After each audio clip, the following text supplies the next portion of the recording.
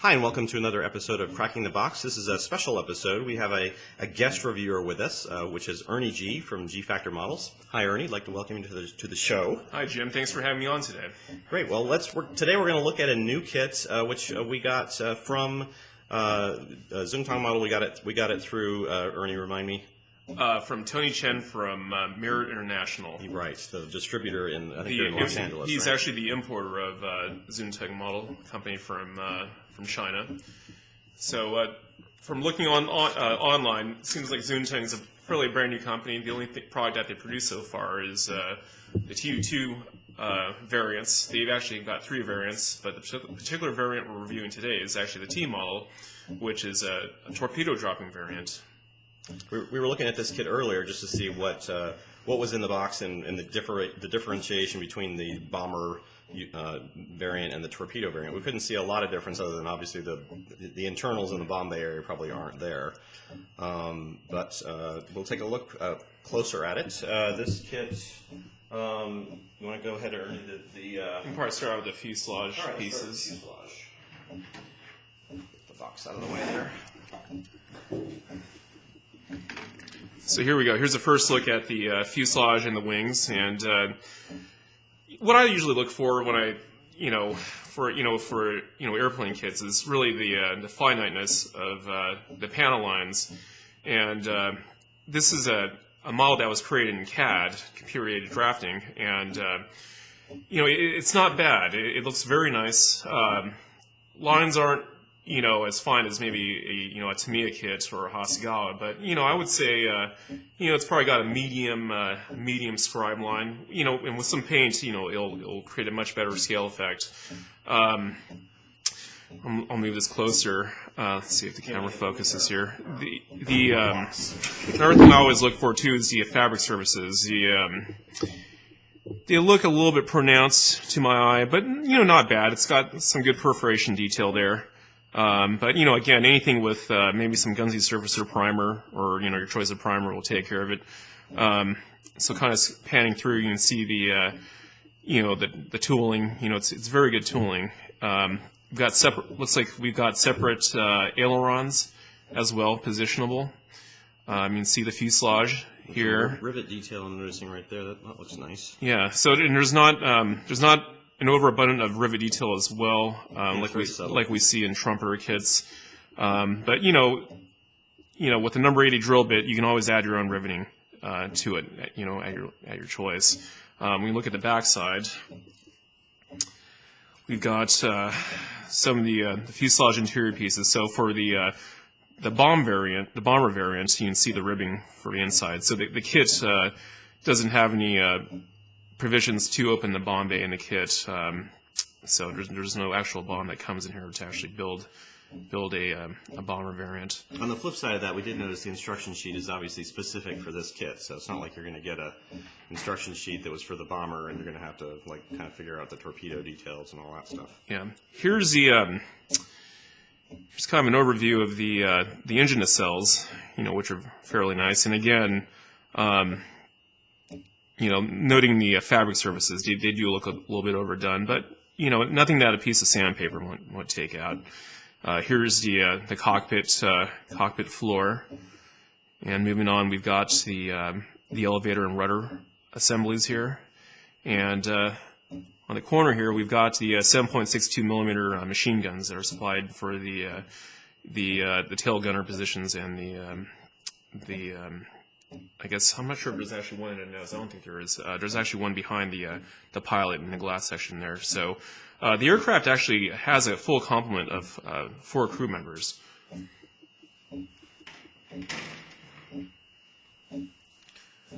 So here's the Sprue, which has all the engine parts. Basically, it's they're almost like a what the Americans would call the R1820, but these are actually 1,830 horsepower engines. The aircraft actually had a top speed of only 325 miles an hour, which wasn't super fast for a twin-engine aircraft. So we can see there's some finite exhaust detail, but they're not drilled out by any means. You can see the gates coming through the front of the actual exhaust exit. So again, a fine drill will we'll open those up for the purists. You can see the push rod housings. They look a little bit thick. They might be cut off in exchange for maybe some Plastruct or Evergreen rod stock. Over here we've got some little radiator housings, just some gear door detail. Here's the torpedo. The torpedo is very nicely done. We've got the scissor link for the landing gear, which is really nice because a lot of kits, come molded on, but this actually has the perforation in the scissor link itself, which I rarely ever see. Here's the the blades with some pretty good pitch detail to them. Here's the main landing gear. It looks pretty solid here. So you're gonna if you're making this kit, are you gonna use that landing gear, or are you gonna make your own? I don't know if I'll make landing gear for this kit. It looks pretty solid. I usually try to make landing gear for kits that really need them.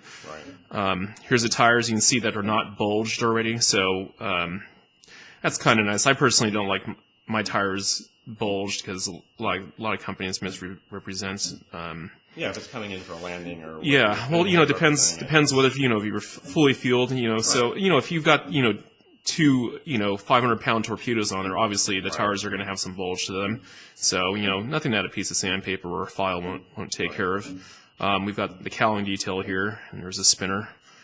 So yeah, it's interesting that we've got so many Soviet aircraft kits coming out lately. To me, it comes down to Stormvik. Before, all we had pretty much was the the old acronym for Stormvik, and we had some of the Yak kits. But it's nice to see that we're getting some niche areas filled for Soviet aviation, especially World War II era. Let's see. Here's another sprue. So this is just more detailed parts. It's fixed focus, so you should be able to just lay it down. Okay. Across. And seat detail, no belts or anything like that. So that can all be added from your choice of a photo etch manufacturer that makes seat belts. Although I don't think anyone actually makes Soviet specific seat belts. I'm sure Eduard will be doing a photo etch set for this kit. So you can see there's some console detail there, so it's got some nice relief areas for you to maybe drop a dab of future onto to make them glossy. The tail wheel assemblies there. Some little finite parts. Another nice feature is that the tail wheel is actually, the wheel itself is actually separate from the fork. A lot of companies simplified by making them as one pieces, so this will actually give you nice relief, separate relief detail. Yeah, for new manufacturer, it doesn't look like they've kind of chinsed on the production or the way the kit's put together and so forth. Yeah, here's something that actually really impresses me. Is it's actually really hard to get crystal clear glass, and if you look at this, the glass is just, it's crystal. Yeah. Especially with all the shapes, there's no mold lines going down the center or anything at all.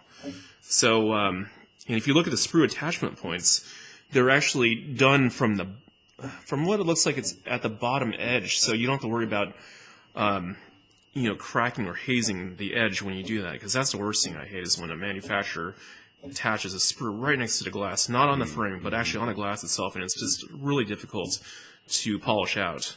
So you can see that we've got the waist window positions, tail positions, and it looks like there's actually some other variations here as well. So you can see there's two main canopies, so one with the machine gun housing and one without.